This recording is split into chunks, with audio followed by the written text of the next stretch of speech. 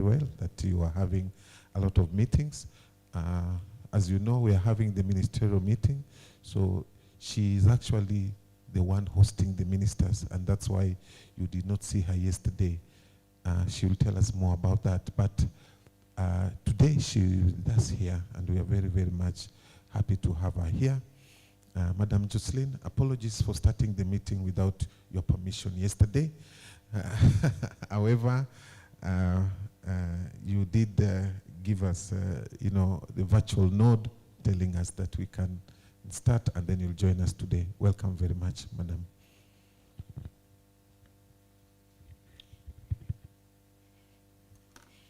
Thank you, my brother, Dr. Shadrach.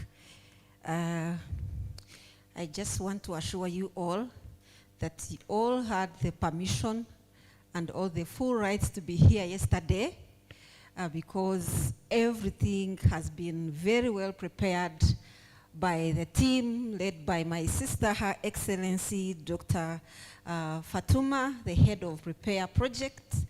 So I was very certain that everything was in order, and I also made sure the place is safe with the support of Foreign Affairs here in Uganda, with the support of the Uganda team. Madam Sharon is here. I was very certain that everything was going very well, and thank you for starting off the meeting yesterday. And we are really grateful to host you as Uganda. The mission office is grateful for the opportunity again to host the Prepare meeting. Your Excellency, Dr. Fatuma, the head of the delegation from IFRC, the delegation from World Health Organization. I know only Dr. Hannah by name. As I age, my memory is getting a rust a bit. I can't remember the names very well, but the entire team of World Health Organization and IFSLC, you're all most welcome. The teams from the member states, the IGAD team present here, the media, I greet you all in the name of our Lord Jesus Christ, and you're most welcome to Uganda.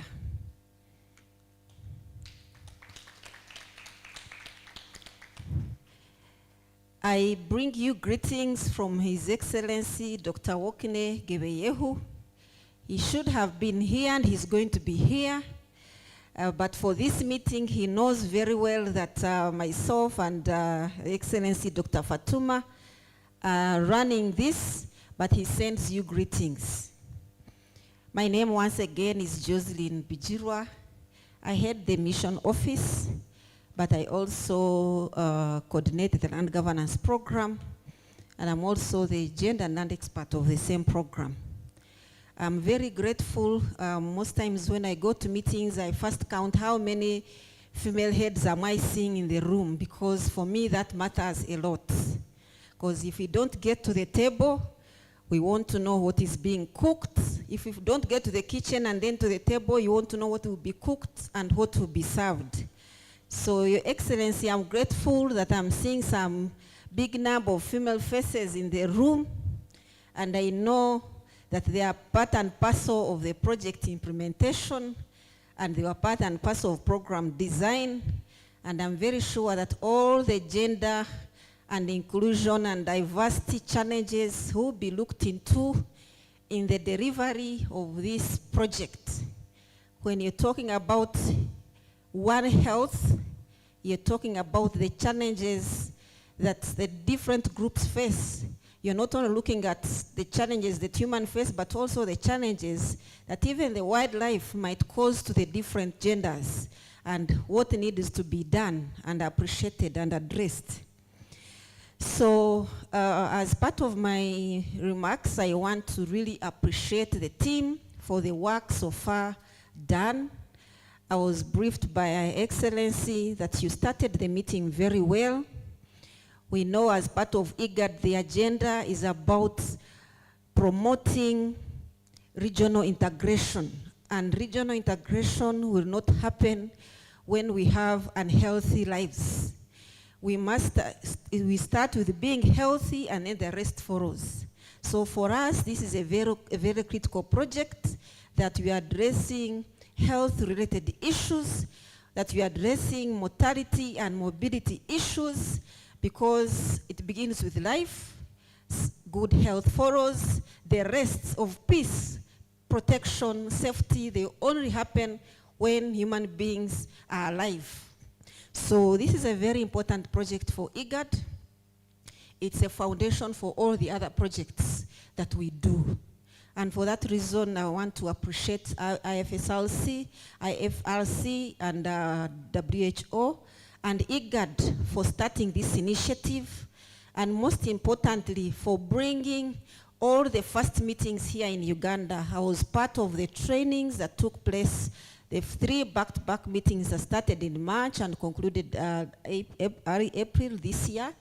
And I'm here again witnessing the project review, and I appreciate for all the efforts that you've put in place so far to make the project run successfully. As we work towards the launch of the project, I know you're already putting in a lot of efforts. We remain committed, and the mission office remains committed to supporting this agenda as signed by the executive secretary, closely coordinating with the focal point person in the Ministry of Health and the Prepare coordinator here in Uganda, Dr. Aliti, with the support of Ministry of Foreign Affairs, to ensure that the component in Uganda is successful. Its success is dependent on my office as well, ensuring that we have mobilized and coordinated with the One Health team, and that work is going on course. As we get into the coming meetings, we are doing all that is possible to ensure that we have the representation of Uganda in the room, and I'm very sure that you will see so many faces from Uganda coming to this meeting. Already, we have received confirmations, and myself and Her Excellency Dr. Fatuma will be meeting Her Excellency the Honorable Minister of Health this afternoon, also to give her a brief of how far we've gone so far and what is being prepared and what they should expect. All is well. All the items for the distribution are ready. So I must assure you that we remain committed to support, not only to get these meetings as successfully undertaken, but ensure that the implementation also goes on successfully. And I'm sure with the coordinators from other countries, this project is going to be successful. When we were in Entebbe in March, one issue that was emphasized was coordination. I remember even there was a creation of WhatsApp group to ensure that there is consistent communication and follow-up of issues. So when I see everyone seated in this room, I'm very confident that everything will go on as planned. With those so many words, allow me to put the mic down, not to delay the start of the meeting, but I wish you all the best in this first meeting. I'm very confident that it will conclude successfully, and we start the technical meeting, and it will also conclude successfully, and I bless it already as we go to the launch, which will be the last day, and we'll be hosting the ministers and the top IGAD leadership day all through, and best wishes with the remaining part of the work that you're doing today. Thank you.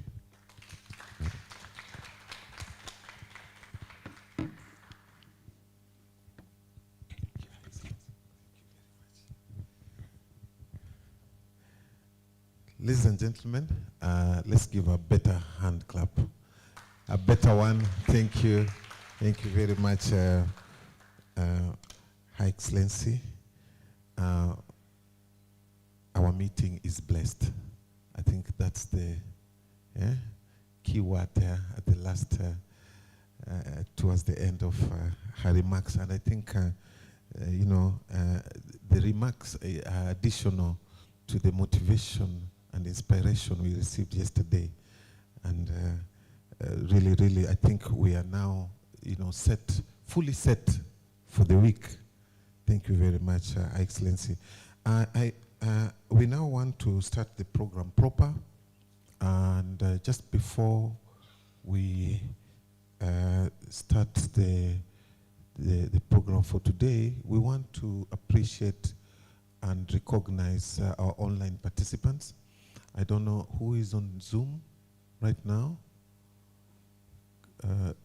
Lucas, just check who is on Zoom.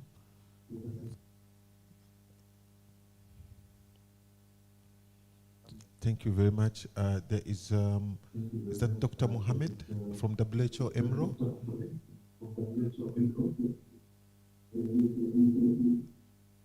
Dr. Mohammed, can you hear can we hear your voice?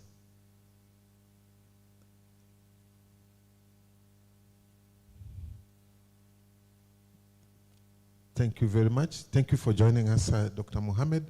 We also want to inform that the live streaming is on through the Facebook link that we did share. We also have the same streaming happening on the X platform.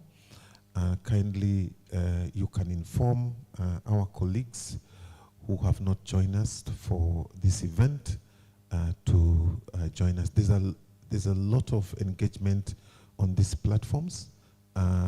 Lucas and Oliver, they keep on monitoring, and at the end of today, they will be able to summarize for us how these virtual online engagements have been. Thank you very much. Without much further ado, I'll ask the tech team to give us the first presentation. Tech team, kindly, as I invite Dr. Fatuma. Tech team.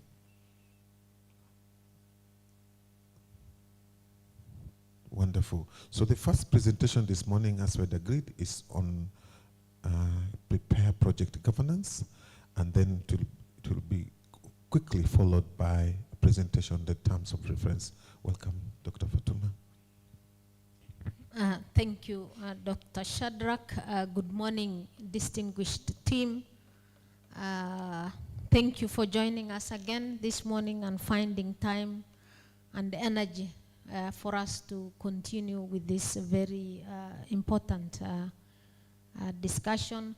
I would be taking us through the IGAD prepare governance structure briefly, and we have a meeting at 10 o'clock. Myself, Excellency Jocelyn, and Excellency Abebo. I don't know if he's managed to join us. So the prepare governance structure is a key component of the program. Governance, as we all know, is a key, cardinal requirement or a critical requirement for anything, for any programming, any intervention, any institution. We need to have how do we lead and how do we govern the program. In addition, this, as always, is a complex project. Why am I saying it is complex? Complex in the sense that preparedness for pandemic response is not a one agenda, it's not a one entity's responsibility, it is not one intervention, it is complex. We have to work across, sectors, we have to work across activities, we must work across expertise, we must work across institutional systems. It is not only, again, it is complex in the sense that we have different institutions. The activities are complex, the idea itself is complex, the entities involved are complex because we have multiple ministries, multiple institutions, multiple issues in pandemic preparedness. To make it even more complicated is the fact that we are working with 7 different governments, with its own, sovereignty issues, its own systems issues, their own challenges in preparedness and response alone, and that makes it, very more complicated.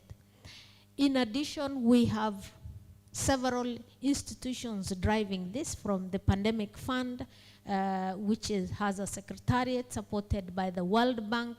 The funding comes from different, streams of governments, the banks, to put resources together to fund that one agenda, preparedness for pandemic response globally. We have IGAD as a regional government, WHO as a complex institution, IFRC with their network of societies. We have the societies working with the communities, and that even in the communities we have to work with, cross-border entities.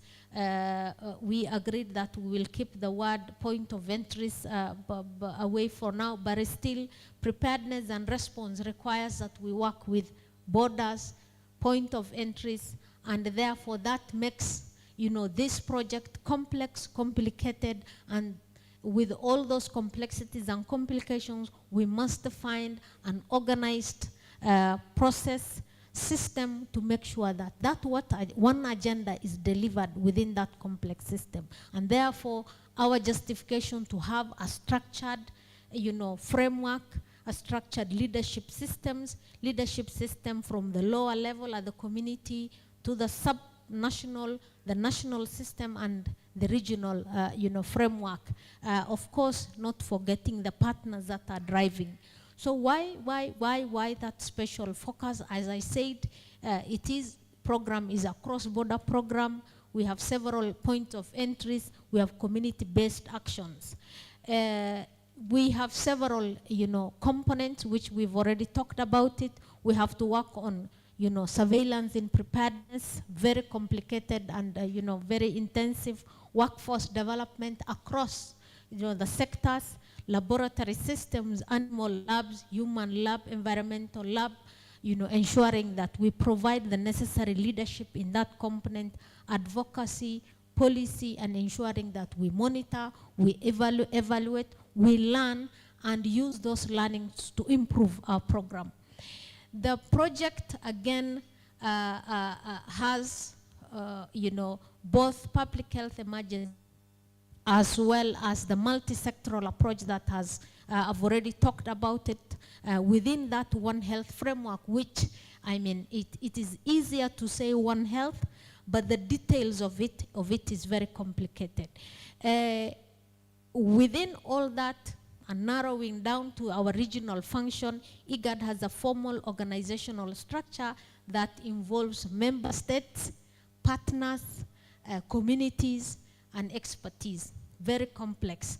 And that therefore, as we do that, we want to provide the highest level of stewardship, leadership, and governance so that we make that critical agenda and decision delivered within, that complexity.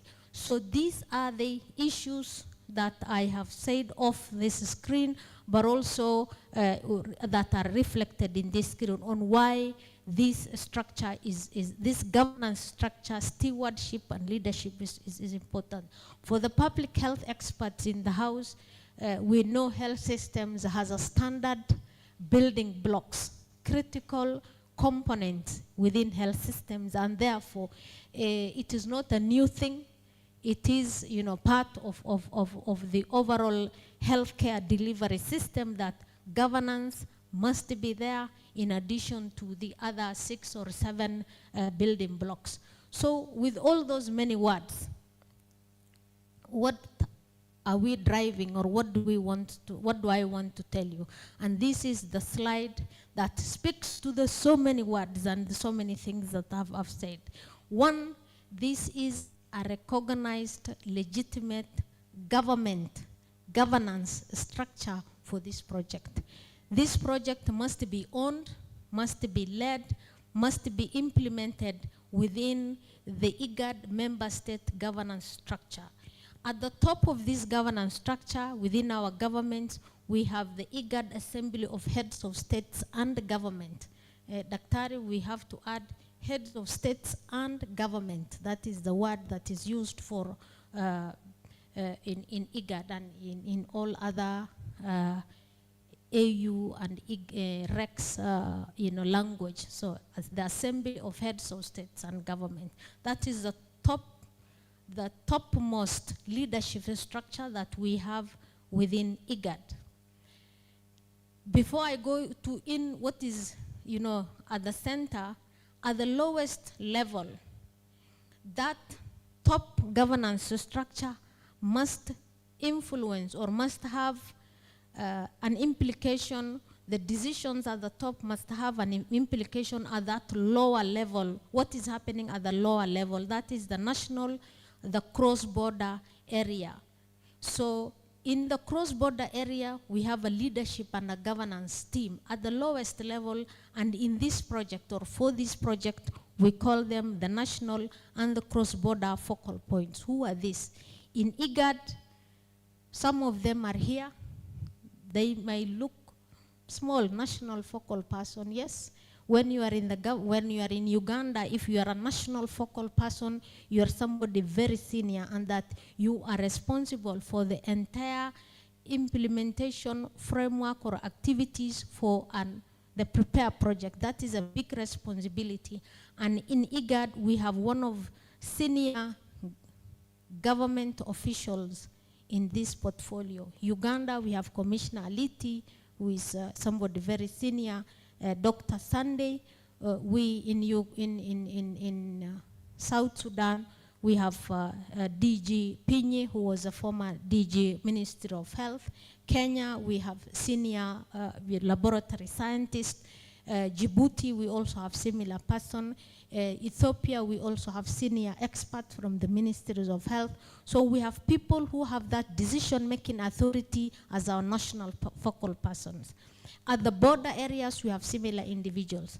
For the societies, and I think this has to come in our governance structure, we need to have the societies represented at that level, at the lower level. So that lower level governance structure and the highest level of institutional leadership, that is the heads of states and government, must work together, top down and bottom up, so that we have a successful implementation of this project.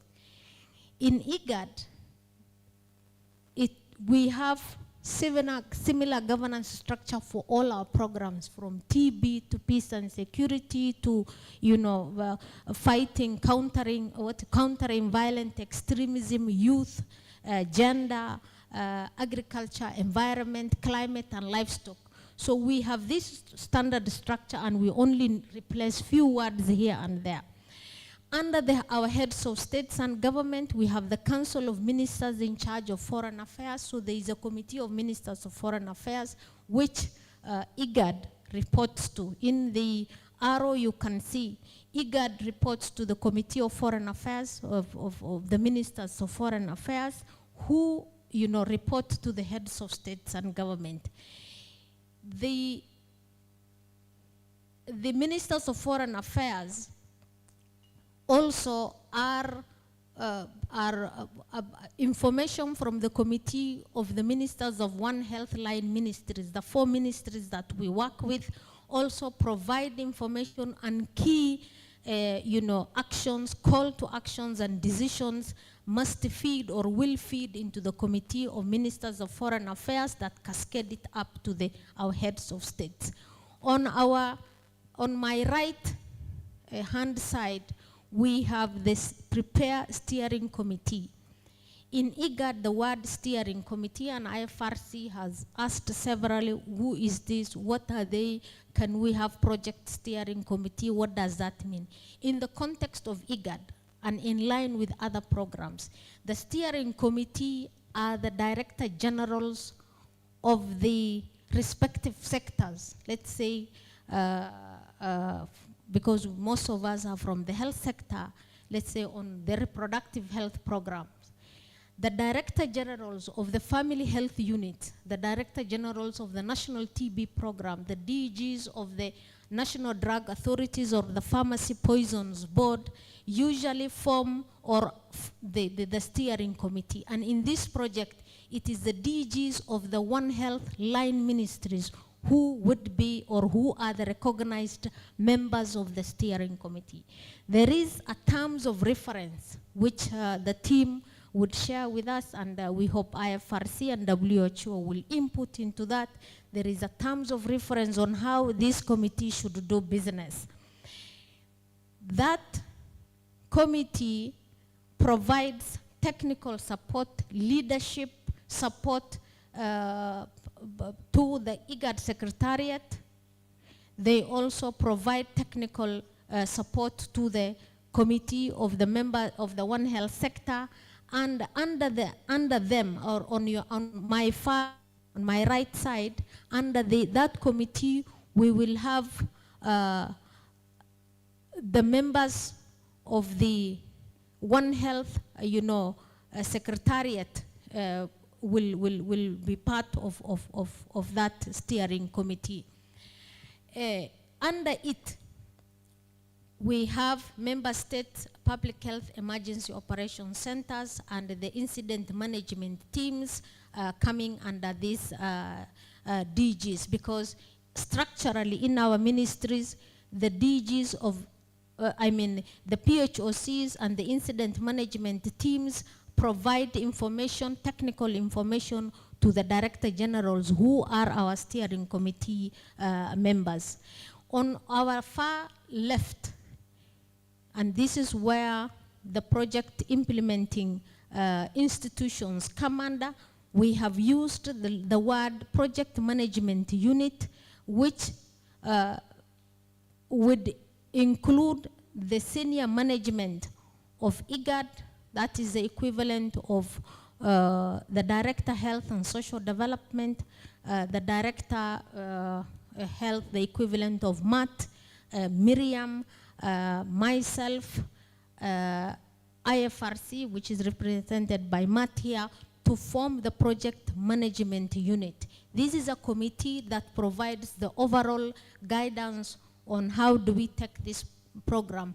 An example is yesterday's outcome. We discussed issues of cross-border. What do we have point of entries? We do away with MPOX and post-MPOX. That general high-level programmatic guidance and leadership to the program.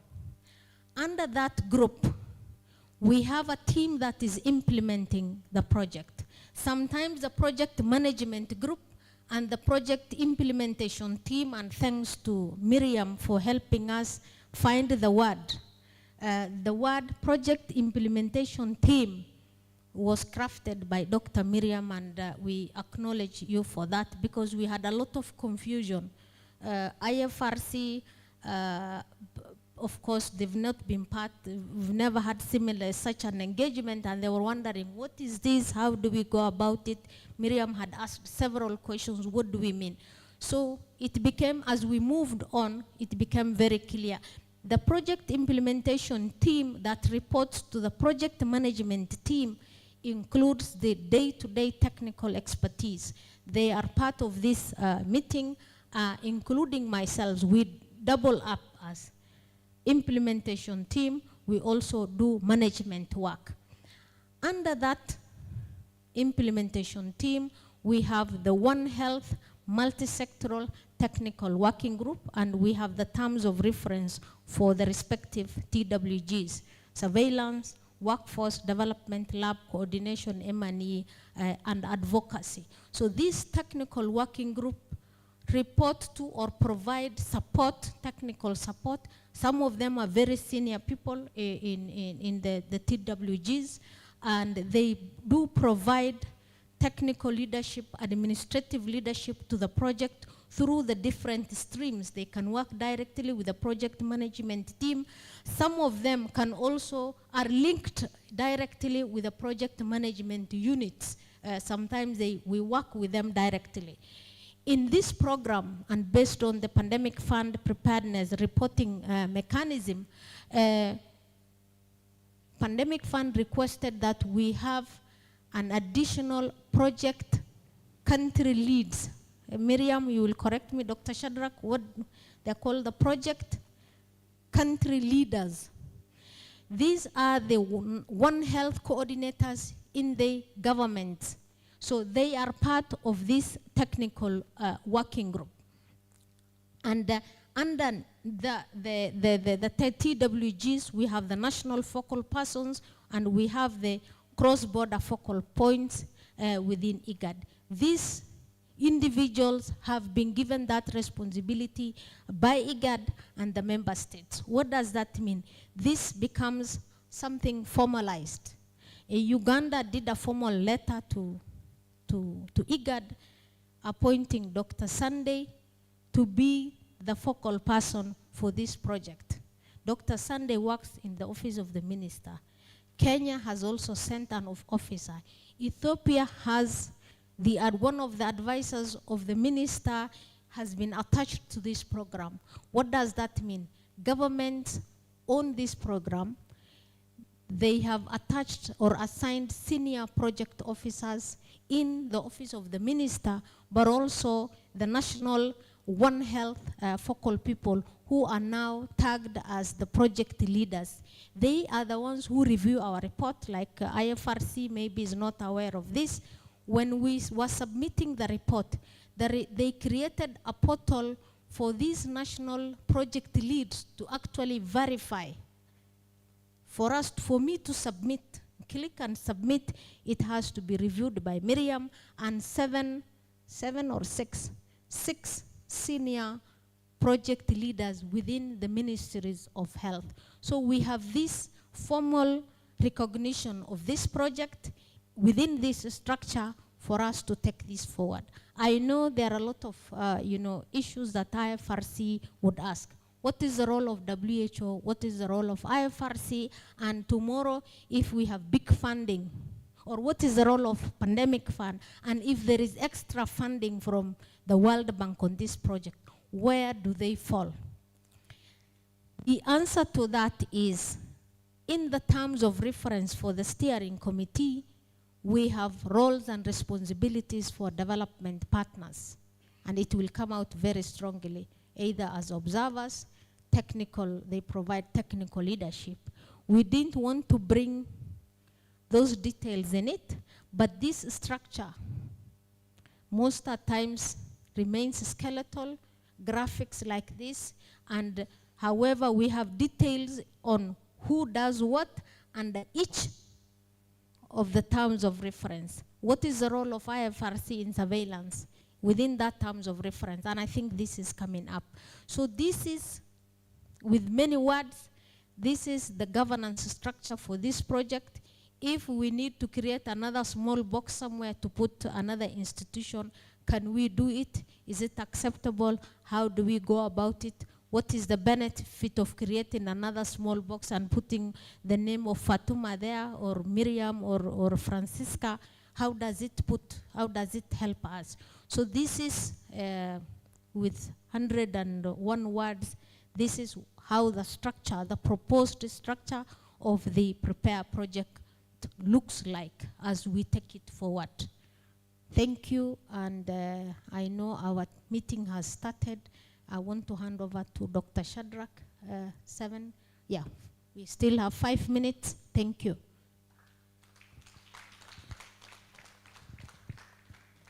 Thank you very much. We will now open this up for plenary discussion. So by a show of hands, I'll take the first 3 submissions. Another hand. I'll start Dr. Pinyi, and then Francisca. Who else wants to join that group? Yes, let's start with Dr. Pinyi, and then Francisca.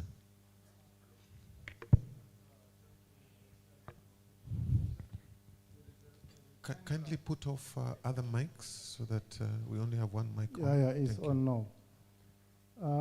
My mind observation in the rectangle of project implementation team, there is something missing after N. So I think it is WHO. Thank you.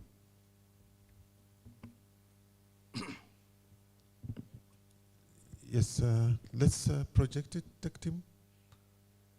as we invite Francisca. Yes, Francisca.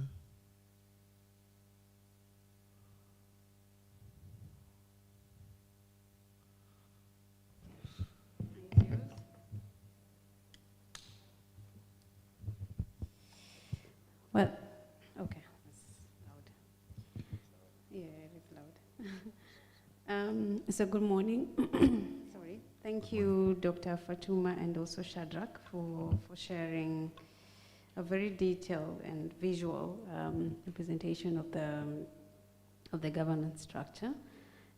We certainly took time to review it, and I think at least now we have something to work with, and we do recognize the work that has gone into it. So I'm just going to share on behalf of the team here some of the reactions, but also to just say we'll share our comments on the detailed documents.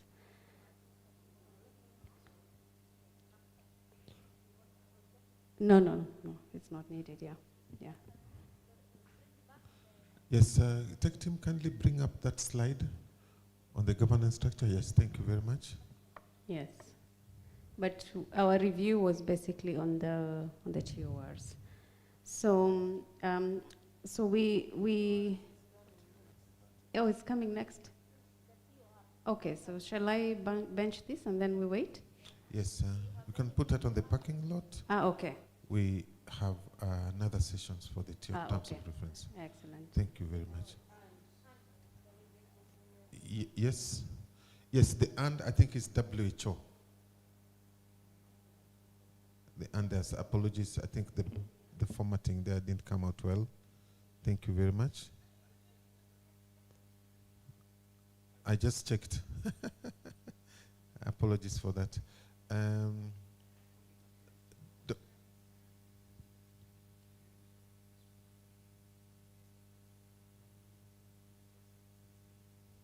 Okay, thank you very much.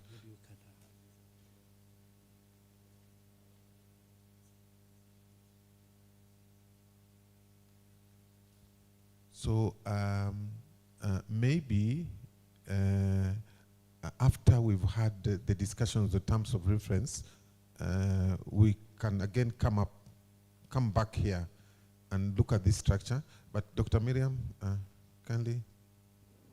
Yeah, thank you very much for the presentation and the very detailed structure. I see that the structure is having a lot of boxes. And inside the boxes, also like when you go to the technical working groups, these are many additional technical working groups. Ideally, there could be additional boxes. It is quite complex. How easy will it be to run this complex structure within this time frame of the project? And is it limited to this project, or it is something that you are using on a regular basis? I think that a simpler, for me, a simpler structure would have been easier to manage. I don't know what you think. And then when we go to the national and cross-border focal points, do we have the cross-border focal points at the same level as the national focal points, or the national focal points now would be a little higher than the cross-border focal points, such that all now below the national are reporting to the national level? Do you want to make it more complicated? Yes. Yes, I think on your last point, yes, it is possible. I think we combined there when we were trying to make it simpler, but that is, a separation that we can easily make so that they are separate. But as you say, the national focal points are higher than the cross-border focal points.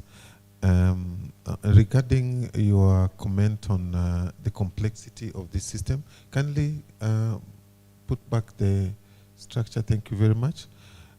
It may look very complex at the beginning.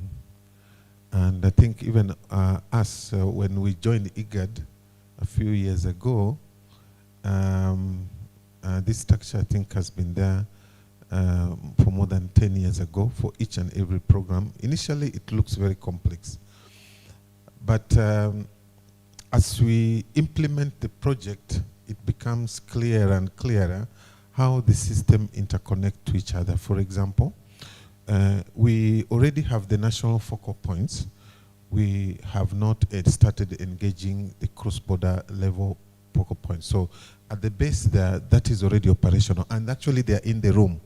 And they've been working together with the IFRC, Red Cross, Red Crescent National Societies. They know them. So that is operational. Tomorrow and the day after tomorrow, we will be forming, not forming, but reviewing the terms of reference for the technical working group. And we will look at the terms of reference with the technical experts. So we know where that one is. And we are beginning to operationalize it. And indeed, it's part of the project as we had proposed, that we'll have those technical working groups. So the two levels, we know that they are, they are in principle in operation.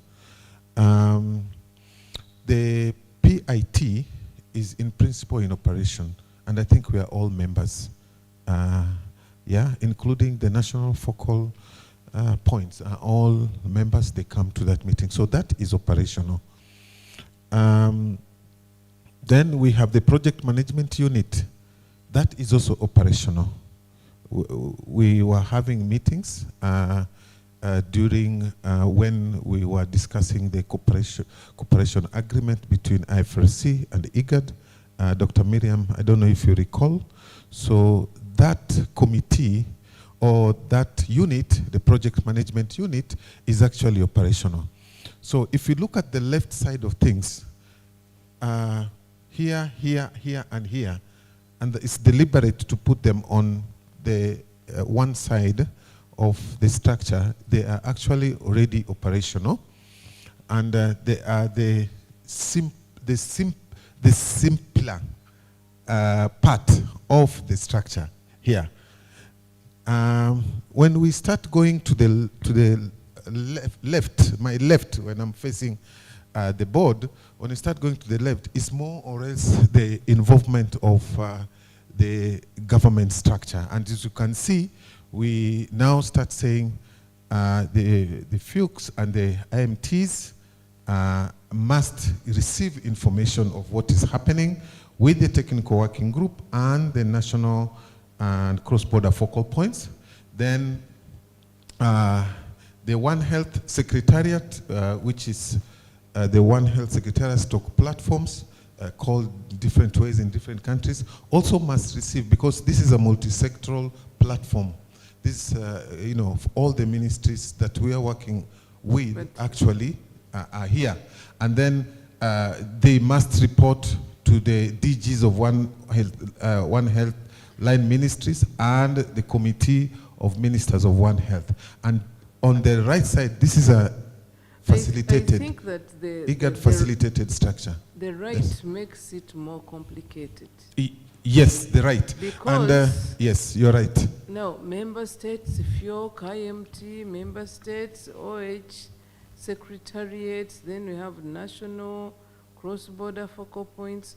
Why don't we have the member states together, the member states having like one coordination mechanism that includes the national focal points, that includes the national focal points should ensure that the One Health committees are working, and then the technical working groups are reporting to the steering committee. Because we'll create a lot of divisions at country level with the FIOCs, IMT, One Health. Isn't it all supposed to be one team?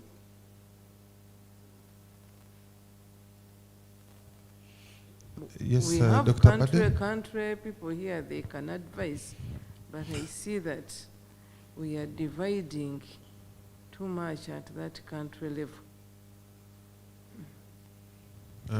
Yes, Dr. Michael.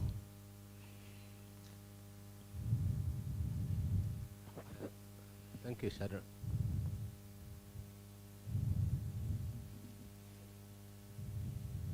I hope it is better now. Yeah. I was thinking, really, yes, I really appreciated the quite comprehensive structure. You know, that framework looks quite good. But I would have suggested that we try and focus more on project.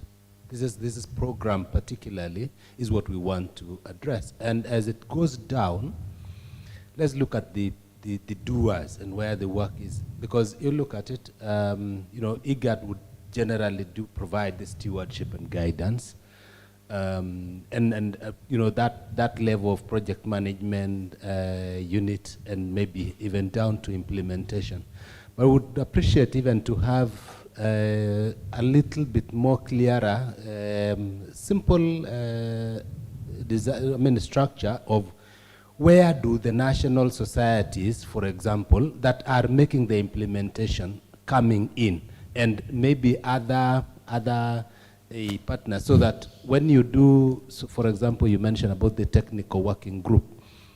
So there is the technical and also that implementing agency that has been put there.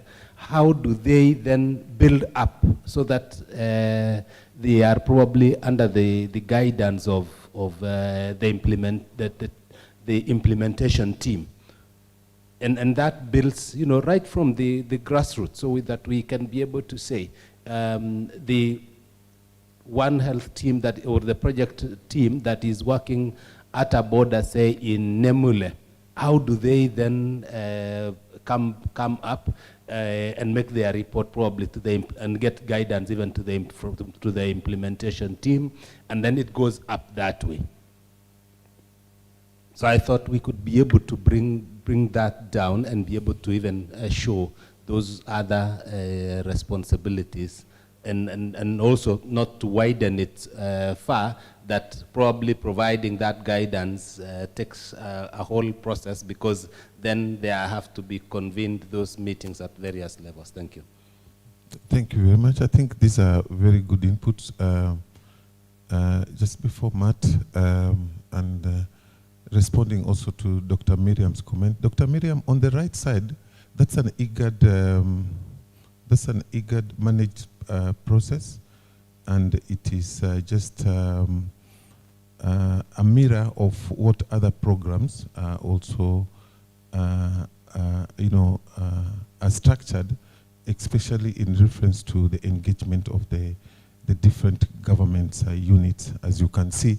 But I think the comments are taken in. I know to change it needs go through another process, which if it's approved, then we can always amend accordingly. But we have more control on the left side, and we can discuss, especially the engagement of different partners, including the Red Crescent national societies. But ideally, as you can see, they should be involved at the national cross-border level, as well as the technical working group. And we'll be looking at the terms of reference. Part of the terms of reference involves actually who should actually be in those committees. So at that point, then we can review and we can find ways also to integrate it here to make it clearer. Our assumption, and this may be really a big assumption that we need to review, the assumption is that when we mention IFRC, we also mean the Red Crescent national societies. So we may want to review that as much as possible. I think it is here is where we will review that. I saw Dr. Bade's hand was up, and then back also to Dr. Pini. Yeah, thank you, Shadrach. And I think the discussion will be very constructive, and I want to agree with Dr. Miriam. I think if there's a way, maybe we can try to maybe go back and come with a very simple and straightforward structure that will really help us. Because if you look at, like, for example, the FIOC and IMT, if you look at the country structure, some of the IMT and the FIOC report to the technical working group. So the technical working group is even at a higher level than the FIOC, which is almost opposite what we have here. I think a simpler structure, or alternatively maybe coming up with a governance structure particularly for this Prepare project, and make it simpler. So we have this structure that is basically the IGAD structure. Then we have another structure that governs the operation of this project, which is more simpler, and yeah, that's what I thought. Maybe something that to consider. Thank you very much. I think Matt had raised his hand much earlier on. I'd forgotten that. Matt, yes. Thanks, Shadrach, and very much agree with the last speaker. I think in some ways it would help if we were also looking at the detail, the terms of reference at the same time, because otherwise we're just looking at the boxes without the discussion on what the boxes are delivering. So perhaps we can also look at the detail of the terms of reference, which is what we reviewed yesterday. I think we would totally recognize that the success of the program relies on national ownership and government ownership, and that the program, Prepare, is not in isolation of other structures, but that's where the complexity lies, yeah? And that's what we all deal with on a daily basis. It's the reality with which we operate, you know, whether it's the working groups, whether it's all the different boxes on here. But I think if we're focused on the program's need, then it's management, which is the program implementation team. It's executive, which is the strategic direction and adjustment, which I think is very much the PMU. And then it's the board, the governance, which might be the steering committee. And it's just to get that alignment, that kind of simplicity of management, executive, and board or governance, because if all of that has to exist within this complexity, but it needs to be conveyed with simplicity. Thanks. Yeah, I think the consensus here is simplicity, and this also, you know, has been raised with Dr. Miriam. I remember on the right side of on the far left side of the structure is mainly the IGAD structure. So I think we must echo some that have been presented here by you know, which indicate that maybe we need to retain this as an IGAD one, and then develop one for the project specifically, because what will happen is that the IGAD one will continue even beyond the project. But maybe we need one which is specifically for the project. We know how, because of this overall structure, we know how that project one fits onto this structure, and we separate it from this one, and we use it as a project-specific governance structure. I think that is what is coming out. Kindly note takers, I hope I have not misrepresented the submissions, but I think that is what we actually need. And we will retain this. This will be there, because I know, Hassan, you may want to correct me. I know, for example, the one for the medicines regulations and harmonization, it takes this form. Though the project ended, we are still using it for issues to do with medicines regulations. And it is there even after the project. It's being used, we make reference to it, and we will do the same for here. We will retain this, pack it somewhere as an IGAD structure, and you know, reference it as such, but have a project-specific one, which is now going to be simpler, based on the submissions that we've had here. And that will take care of Dr. Miriam's concern, will take care also of IFRC concern. Yes, we have another. Dr. Sunday, take the mic. Thank you so much. I was inquiring whether this member state FIOCs and IMT, almost these are activated when there's a response for the sake of Uganda. The EOCs are activated and also the IMT is formed when there is a response. For continuity of unpreparedness, why don't we just say emergency preparedness and response departments? Because you find that for the context of Uganda, that's where the EOCs and IMTs fall in those departments, which are government structures. So that wherever it is in every country which has the emergency preparedness response department, then they can utilize the FIOCs, because some of them have to be established. So it's to make sure that that department establishes those FIOCs, or regional FIOCs where they need to be done as part of their component within their activities as government. Thank you. Thank you very much. Dr. Sani, you want to comment on that as a follow-up? Yeah. Thank you. Yeah, I think it's a follow-up to what Dr. Sunday has just indicated. And I don't know in that case, Dr. Sunday, maybe this is for you, whether we will be able to merge the One Health secretariats and the FIOCs and the IMT teams. Is there a way we can collapse the two probably and bring them together? And what is that formation going to look like? Is it going to be the emergency preparedness and response departments? Is it going to be any other? Or there's no way we can merge the two? Thank you. Thank you so much. Because One Health is a modality of how the EPR departments work. It's a modality. So you say that if we're going to respond, we must make sure that as we're going to in the field, we are composed with members from MAIF, members from environment, members from wildlife, members from health, so that you go as a modality of work. But the EPR department, because the response for response, that's how it tackles the issue or the matter. Thank you. Okay, thank you very much. Dr. Miriam? Yes, thank you very much. I also had wanted to bring up this issue of EOCs and IMTs being applicable in response.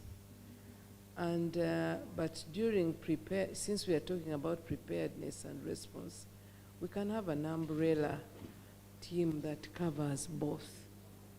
It may not, we can call it EPR committee or EPR whatever, but covering both preparedness and response. And for us in WHO also, One Health is an approach. It is not a separate department. This One Health approach must be used in preparedness, must be used in response.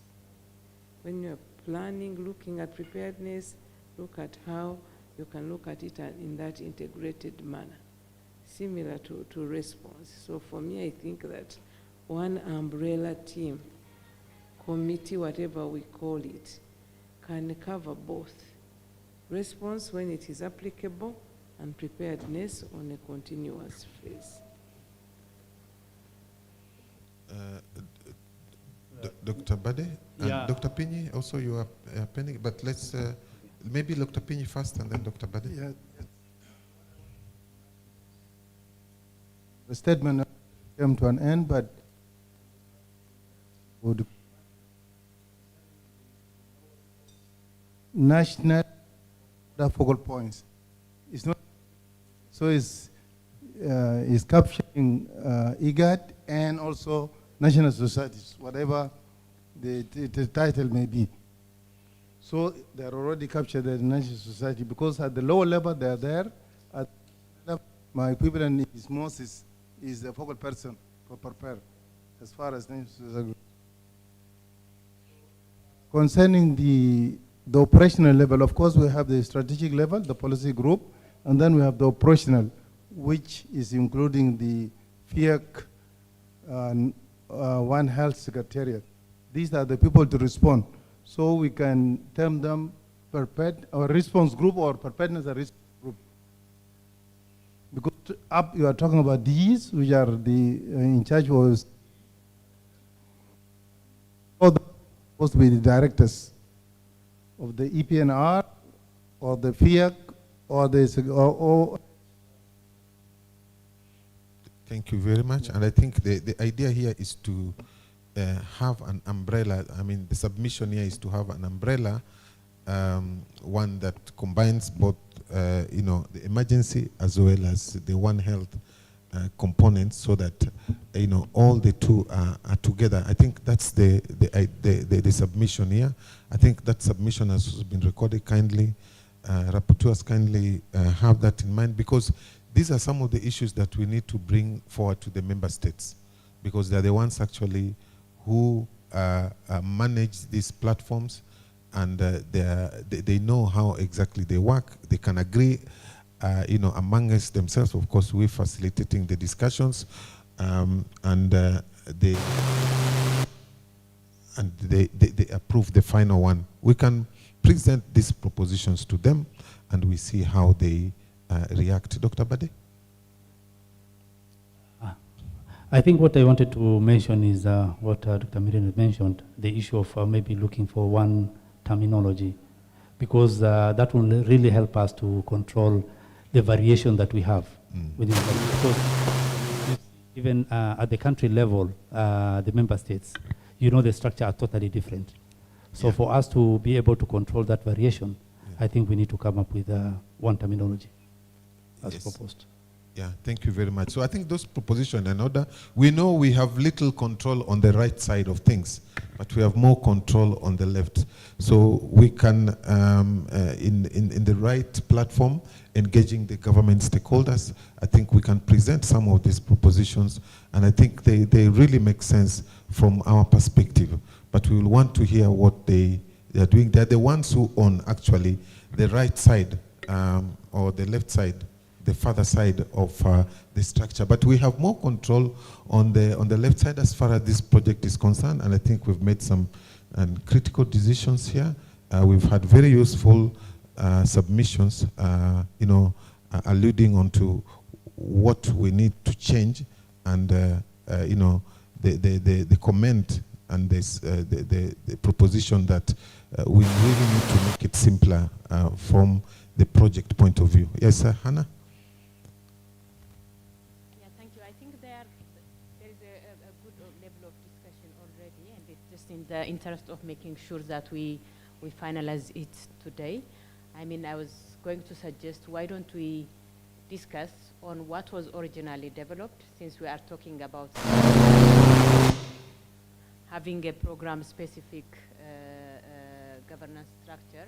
Why don't we have some foundational point to discuss with? That is the initial framework that we created during the program development, and then suggest on that and see how it fits to here.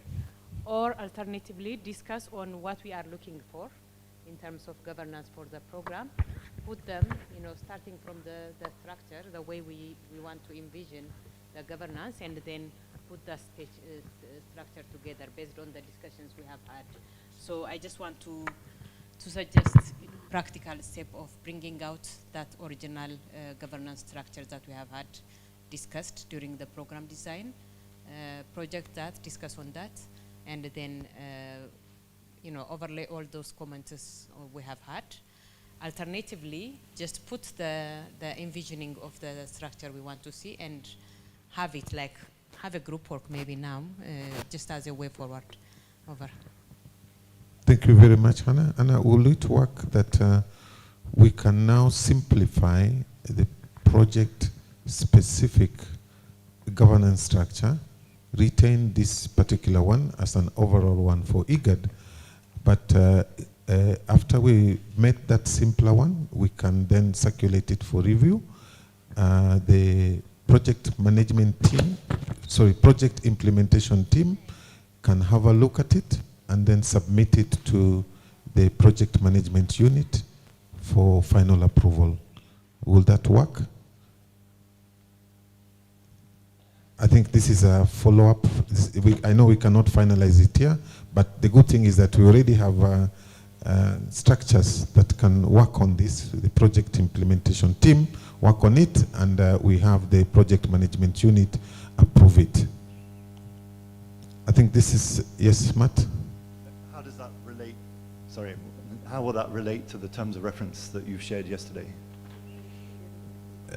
It relates in the sense that we have the opportunity now to define their clear roles based on this structure.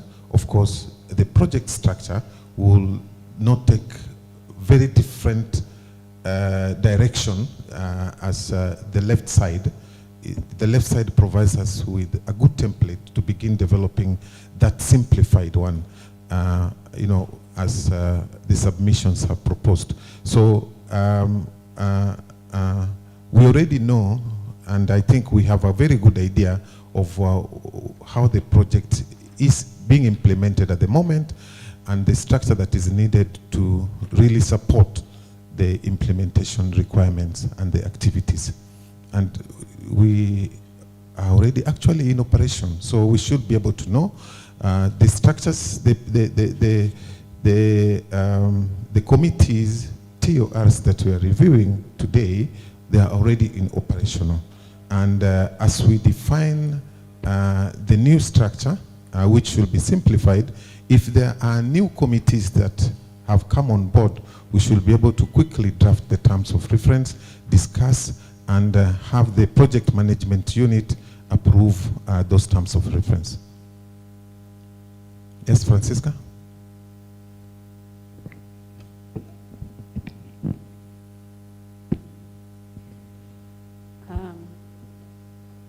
I think there's a very clear indication even from yesterday's discussions that there have been gaps, right?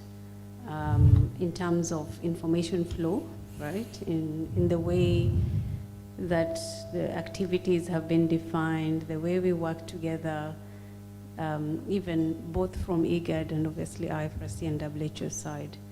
And you do, yes, rightly say that there is some form of existing structure, but I think from IFRC side, just speaking from the colleagues here, I think we need to really take time to review this because it seems it's not working. Let's just be honest. There has been some consistency recently in terms of the way we engage and the way we coordinate, which is a good progress. But I think in terms of it just being deliberate, writing in the TOR and the graphical, I mean, from this perspective, it seems we need to define the scope of these levels of structures before going into the graphical.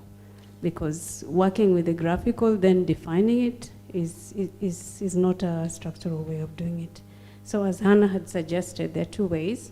Either we embark on redesigning or probably going back to what was envisioned during the design phase as a benchmark, and then now we work from there.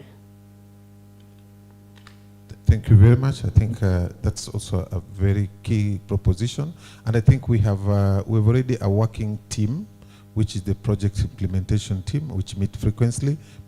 I think they can now address those issues. And really, we are the ones in control. There's no one else who is going to come and do it for us. So the project implementation team, I think, have you know, they have a lot of work to do here. We cannot take today, which is the only day we have, to you know, start working from scratch. But the project implementation team have that time, they have that space. I think they have the relevant people and persons represented here. You know, we can start working based on the modalities that we have chosen to work on. So I think top on the agenda for the project implementation team can come out with that structure if there is need, and that has been proposed here. Look at the original structure and see where we have come from, what was the original idea, what was the initial idea that we were envisioning, and how does that fit into the current context of the project? How does this come in? Is this fitting? Are there some ideas from the original design that we need to bring into this simplified structure, and so on? The project implementation team, I think, have the space and they have the time to do this. Thank you very much. So with that, I think the big action point there is coming up with a simplified project-specific governance structure, and that the project implementation team will take that forward. Yes, Matt, I'll give you the last chance for this agenda. Yeah, thanks, Shadrach. So just two questions. So one, the comments that we've put on the terms of reference, which was shared yesterday, where would you like those, or how would they feed in? And secondly, on the agenda for Thursday, there's a presentation of this structure in terms of reference. So how will, if it's not agreed, then what are we presenting for endorsement? Thanks.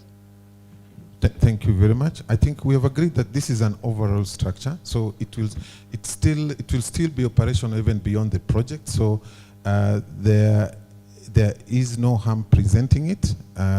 It is a general IGAD one, but as we've said, we can also highlight some of the propositions that have been brought, especially on the right side, combining the two, the FIOC and the One Health. These are some of the things we can highlight. But if, again, this is the team to decide how we want to present it, and if actually we should be able to present it. This is something that may be asked. This is the only chance we have the DGs. This is the only chance we have our ministers on board. But Miriam, you did raise your hand, kindly.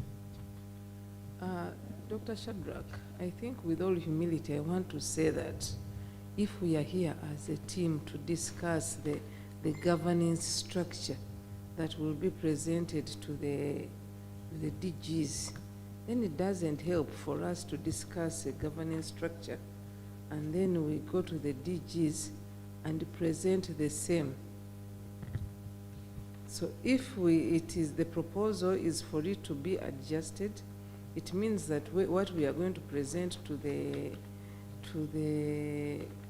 DGs then should be the adjusted structure, and that is covering the country involvement adequately. And if they feel that it is not covering the country involvement adequately, then where they can input. But I think the way this one is, for example, the issue of separating the FIOCs, and then unless we say that the committee of the FIOCs only becomes active in response, but if it is a fully operational committee all the time, I think it will show as a group of people who do not understand what is the FIOC and IMT. And that will not be representative of all of us who are here. I think that if we are here to discuss, let us pick the discussion points, adjust quickly, and then have something to present on Wednesday. Thank you very much. But I think if that's it is going to be like this, then let us discuss the three committees that we are involved in actively, and then we move. Yeah, thank you very much. And I think it is coming out clearly from the discussions that what we need is to finalize this structure in this meeting, at least from the perspective of this meeting. And we may make a decision that, and I think this is related to what Matt is submitted. is that we finalize the structure. We spend time to finalize the structure rather than review the terms of reference. And when we have finalized that, then we can say or prioritize which terms of reference do we actually review quickly, and we can let the rest of the work to the project implementation team and the PMU to take over. So Dr. Miriam, but before Dr. Miriam, Dr. Bade? I think the way things are going, we'll discuss these things the whole day. I think we really need to make a decision. Mm-hmm. What we've presented here is too complex. Can we maybe spend time to come with a workable structure? Then from there, once we have the different components of that structure, then develop the TORs. Because the way the discussion is going, we'll spend the whole day here. And from what I'm getting from the discussion is we need a simple structure. And the simple structure should be a structure that is workable, so that tomorrow when you're presenting to the countries, we can have also their constructive comments on what they think will work. Yeah, because if the three entities here were not agreeing on the structure, what about if we now bring now to the member states? It will even go to be more complex than what we think. So I think, can we just create time to come up with a workable structure? Then from there, we can spend time maybe before today to come up with the TORs. And that's what we are going to present in the subsequent meeting. Thank you. Thank you very much. Dr. Bade. Dr. Bade has mentioned that let's spend time and finalize this structure, and we can then make a decision on how we are going to review the terms of reference. Dr. Sunday? Because that structure has both, I've just addition to what Dr. Bade, that structure has both the methodology and the structure itself. So I think the approaches should be removed from the structure. Otherwise they will cause out of confusion. People start putting up structures that don't exist in their governments. Like someone wants to put up a secretariat for One Health Secretariat. Where will it sit now? Where does it go?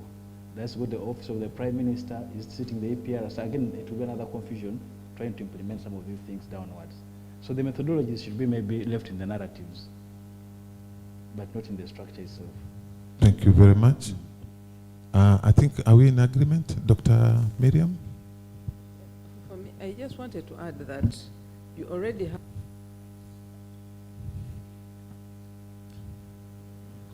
have the draft TORs for the three topmost groups. Yes.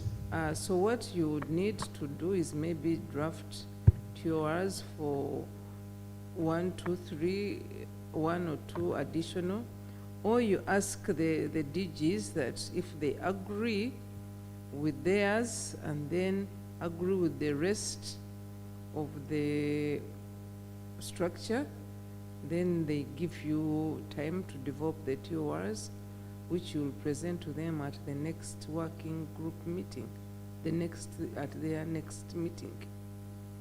But if we sit down to review the organogram, that is time. If we sit down to develop TORs for each of the agreed structures, that will also be quite some time before the meeting of Wednesday. Yes, thank you very much, Dr. Miriam. I also just want to inform that kindly return the structure. We already have the draft terms of reference for the technical working groups, the laboratory surveillance, workforce, as well as M&D, and we wanted again to review it together with the member states in form of groups. But and then Dr. Miriam is saying, can we also review those that we have prepared and agreed upon? Dr. Miriam, is that the submission? The organogram, how do we approach the organogram then? Because we have a draft organogram here. This is something that we can quickly suggest. There are some suggestions that has already been submitted. Is it something that we can finalize today if we are to review? That's the big question. And I want us to decide now If that is possible, we can quickly review it and have a fairly good draft, a fair draft, may not be final, but a fair draft that we need to submit. Because there is also another thought that if we are not very sure and we need time to look at this or to review this again, then it may force us not to present it to the member states and tell them that at another appropriate platform and time, we will be able to finalize and present to you the governance structure. So there are all those options on the table which we can look at and agree as a team.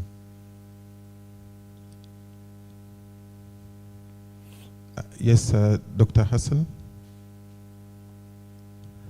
Thank you very much, Shadrach and colleagues. I think we already have an idea of what needs to happen to this organogram. And I know this has gone through some evolution. Even when we were developing it, it had undergone several evolutions to come to this.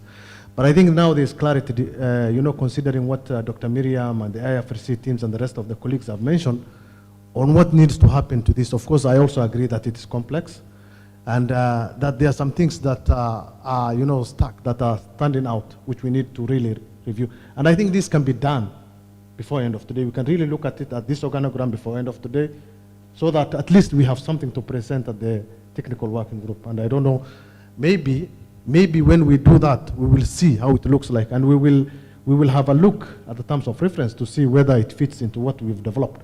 So I think at this point in time, we need to relook this, make some amendments, and then see the way forward from there. Thank you. Yes, one key comment that has come through in terms of simplifying this is to combine the box of the FIOCs and IMT as well as the One Health Secretariat. I think that has come out very clearly. And we may want, that is something that, we take a minute to do it. It's just combining those boxes. So that is simple. And I don't know if there is another, simplicity that we can introduce here. So if there is, we can do that quickly, and then we are good to go. If we think that suits or is the right one, at least to present as a preliminary one, because we still need to review this. If we feel that is enough as a preliminary one to present tomorrow, that is okay. And what I can do is that I can quickly sit down with a small team and make that correction. And at the end of this meeting, or at the end of review, the next session, we can present it again and see how it looks like. Does that work, Dr. Miriam? That is one of the good solutions. The other one, you would consider looking at the technical working groups, then the national and cross-border. I don't know the technical working groups, the composition. I have not seen the TORs of those, but I was thinking that the technical working groups would include the experts from the country teams as well as the experts from IGAD and the IFRC together. And if this is the composition, where do they report to? I think that they would need to report to one entity, either this structure that will come below the steering committee or to the PIT. But I think that this structure that is below the PIT, below the steering committee, would feed into those technical working groups so that the technical working groups are reporting to the PIT as opposed to reporting to everywhere. And then the country, the national cross-border focal points then reports to that umbrella, the umbrella committee or whatever you call it, that will be below the steering committee. In other words, you would have one side that is a country, and then it feeds into the steering committee, but also technically feeds into the technical working groups. This is just something for thinking through and for consideration. Yeah. Thank you very much. I think, Dr. Hassan, you've noted that? We should be able to make that amendment. Any other practical amendment? Because what we have said that we should be able to submit this at the end of all the session. That should be the last session where we again, project a revised version. Hannah? I think one addition I would like to make to what Dr. Miriam mentioned is I think the cross-border, I think it also requires decision-making. I think we should not consider it as just lower level only. That is the actual operational cross-border. But then there needs to be decision level, especially information sharing and all that. So I think we should have high-level cross-border kind of body at the higher governance level so that we can influence policy. I just want to mention this. Okay, so Hannah, how do we shift the boxes or introduce a box on that? Yes, yes. Yes.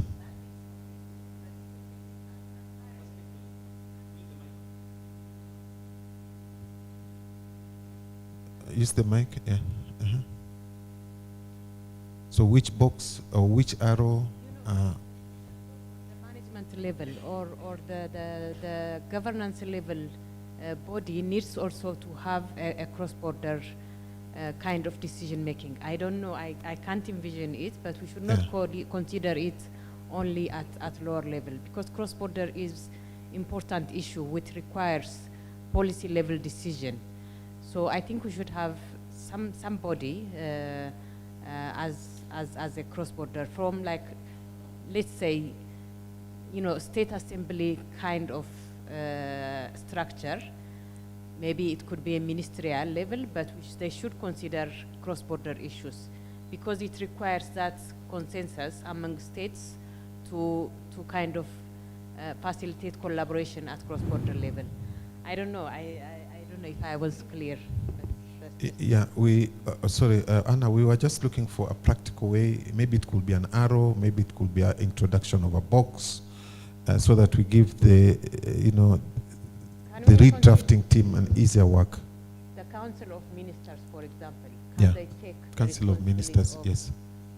And Foreign Affairs, can they take the responsibility of cross-border role, cross-border collaboration? Because that level is the one that can make these decisions in cross-border collaboration instead of implementation level. The implementation level down are like practitioners.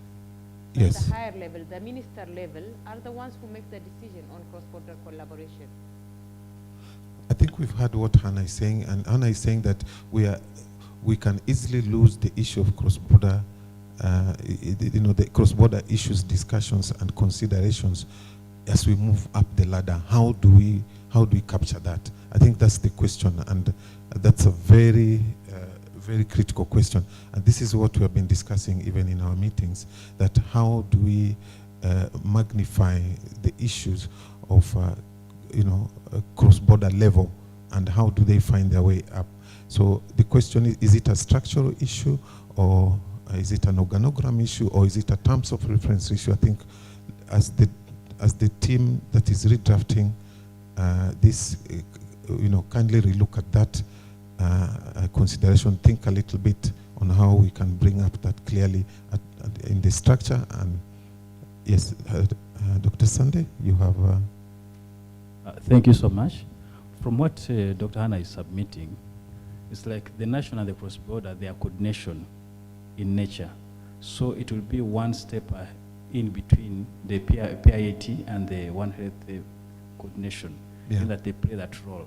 Okay. So that they are not lost. So that the arrow, the box just changes the position only to be above, so that they are able to coordinate all these other groups, the surveillance, whatever laboratory, just playing that coordination part. Okay. Okay, wonderful. Yes, it can also be an arrow issue where the national cross-border focal points has some dotted lines to a higher level, management. Yes, thank Dr. you. Matt, did you raise your hand? I see you're also jotting some notes. In the meantime, let's give to Dr. Pini. Dr. Pini, I know you've had several submissions. Let's do Dr. Liti and then Dr. Pini. Yeah, thank you very much. I was wondering whether there could be a relationship, whether dotted or a strong one, between the project implementation team, yes, and the member states public health emergency operations centers and the incident management teams. Is there no horizontal relationship? Do they only meet at the steering committee level, or there should be some relationship, a horizontal one? Thank you. Thank you very much. Yes, I will give the mic to Matt and then Dr. Bade to finalize. Thanks. It seems like there's three things I think we're looking for. Yeah? One, it seems inescapable that we'll be able to get away from one picture with all the complexity on it. So there needs to be some revision with some of the comments from today's session on this version. Secondly, Dr. Shadrach, we said it would be good to have a very simple version of just for the program. So what is the governance body, the board? What is the management or executive body, which might be the PMU here? And what is the management implementation, the PIT here? So just a much more simple, that can be aligned to a very high level version of the terms of reference, so that we're clear what is the board function, the governance function, what is the executive function, and what is the day-to-day management function. So I think there's three things. One is an updated version of this. One is a simple organogram, and then how would you like us to input the comments to the terms of reference that we looked at last night? And if it's helpful, from IFRC, we put one person into a small working group for the rest of the day if needed, just to take forward the comments from the session. Thanks. Thank you very much. Matt, from your perspective, do you think we still need to continue with the review of the terms of reference from IFRC perspective?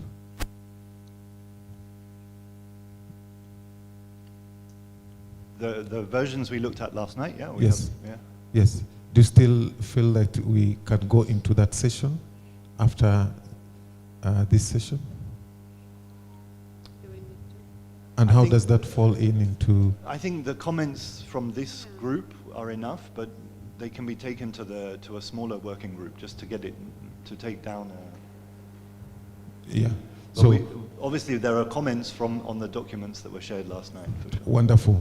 Okay, before Dr. Bade, I want to mention that there are suggestions have been given on the structural realignment here in terms of the boxes and the arrows.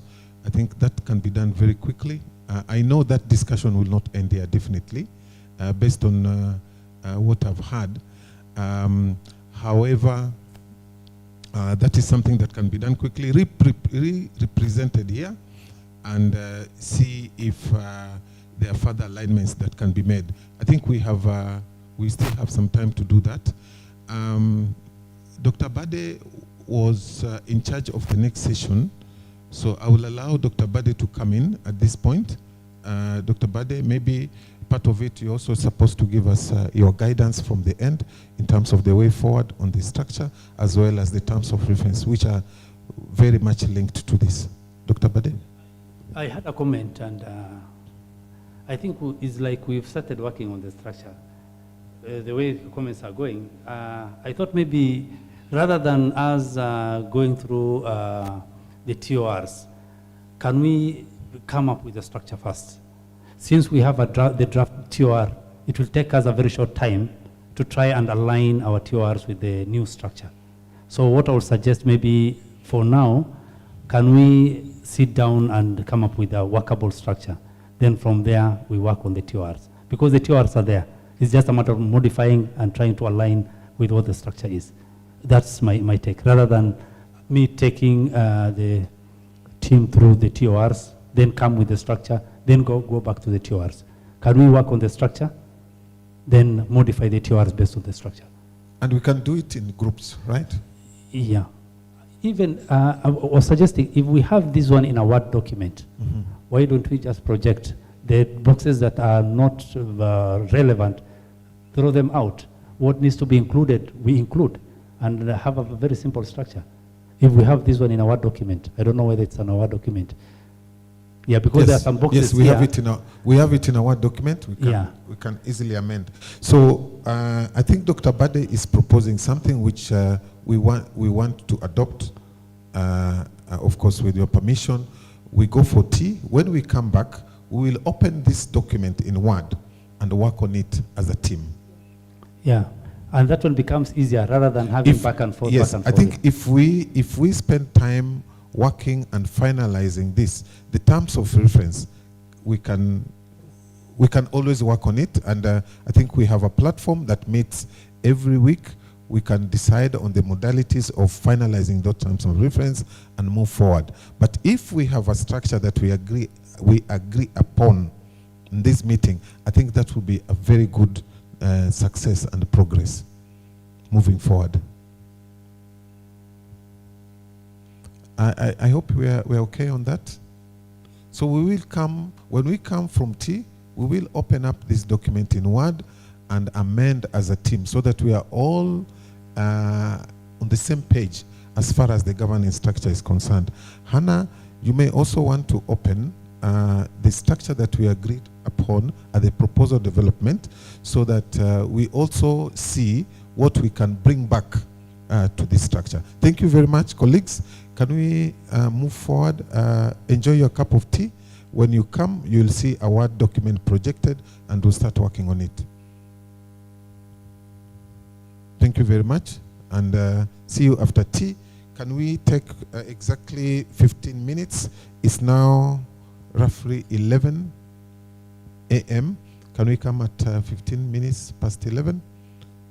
That will be good. Thank you very much.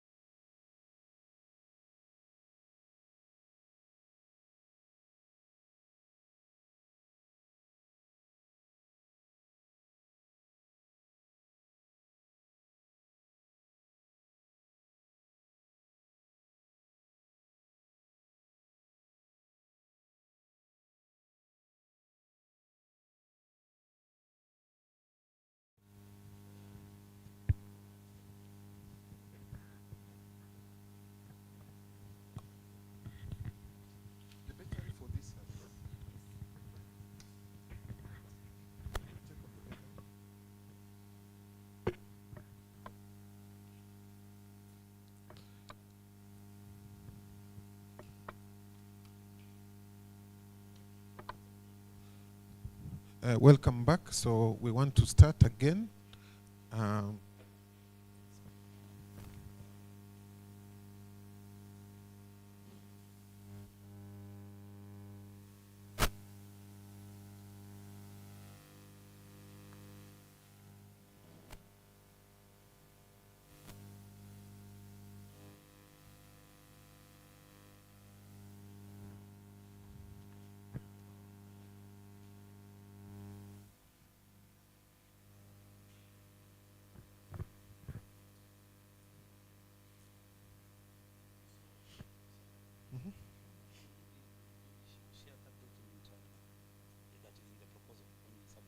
No. No.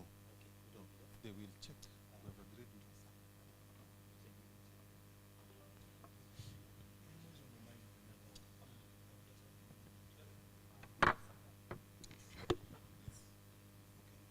Okay.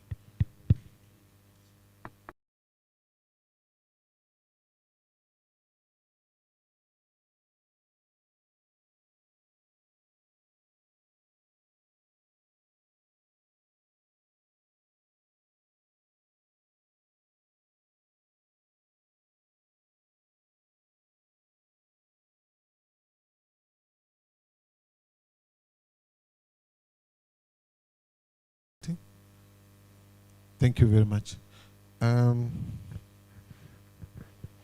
Colleagues, ladies and gentlemen, distinguished participants, you recall we agreed that we want to finalize the governance structure, and we had some discussion, some side discussion amongst my IGAD colleagues as well as with IFRC, and we have agreed that in principle